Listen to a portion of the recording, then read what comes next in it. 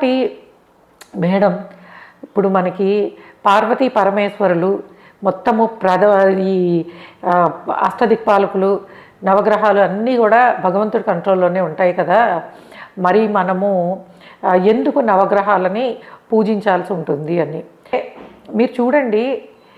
మనకి ప్రతి విషయంలోనూ అంటే లైక్ మంచి ఆహారము తీసుకోండి. మనకి అందరూ ఏం చెప్తారు, పెద్దవాళ్ళు చెప్పిన కొంచెము వేదపరంగా అన్నీను ఏ కాలంలో ఎక్కడ ఎవరు ఎలాగ ఏ దేశంలో ఉంటారో దానికి సరిపడా మంచి గుడ్ ఫుడ్ తీసుకోవడం ద్వారా హెల్త్ అనేది మెయింటైన్ అవుతుంది. సో ఆహార విహారాలు సరిగ్గా ఉంటే ఆరోగ్య సమస్యలు రావు అని చెప్తారు. కాబట్టి మనం కూడా అంతే, జీవితంలో ఎటువంటి తప్పు చేయకుండా భగవంతుడి కాళ్ళు పట్టుకుని నడుస్తున్నన్ని రోజులు నవగ్రహాలతోటి మనం ఏం చేయక్కర్లేదు.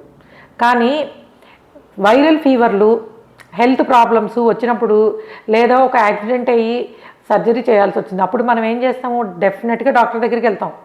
వెళ్ళి ఏ ట్రీట్మెంట్ తీసుకోవాలో అది తీసుకుంటాము. అంతేగాని ఆయన చూసుకుంటాడులే అని వదిలేయము. ఎందుకు, ఒక డాక్టర్ దగ్గరికి వెళ్ళడం అనేది కూడా భగవత్ ప్రేరితమే. అంటే ఒక మంచి డాక్టర్ దగ్గరికి వెళ్ళడం, ట్రీట్మెంట్ తీసుకోవడం, ఇవన్నీ భగవత్ ప్రేరితాలే. అలానే హెల్త్ ప్రాబ్లమ్స్ లేనప్పుడు మంచి ఫుడ్ తీసుకుని హెల్త్ కాపాడుకుంటాం.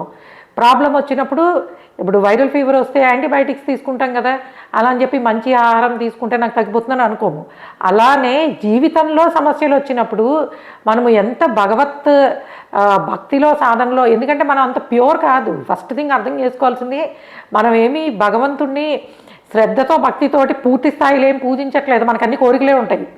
స్వామి నాకు ఉద్యోగం రావాలి స్వామి, ఇట్లా అన్ని కోరికలతోటి ఇంత మనం అంటే ప్యూరిటీ అనేది తక్కువ ఉంది.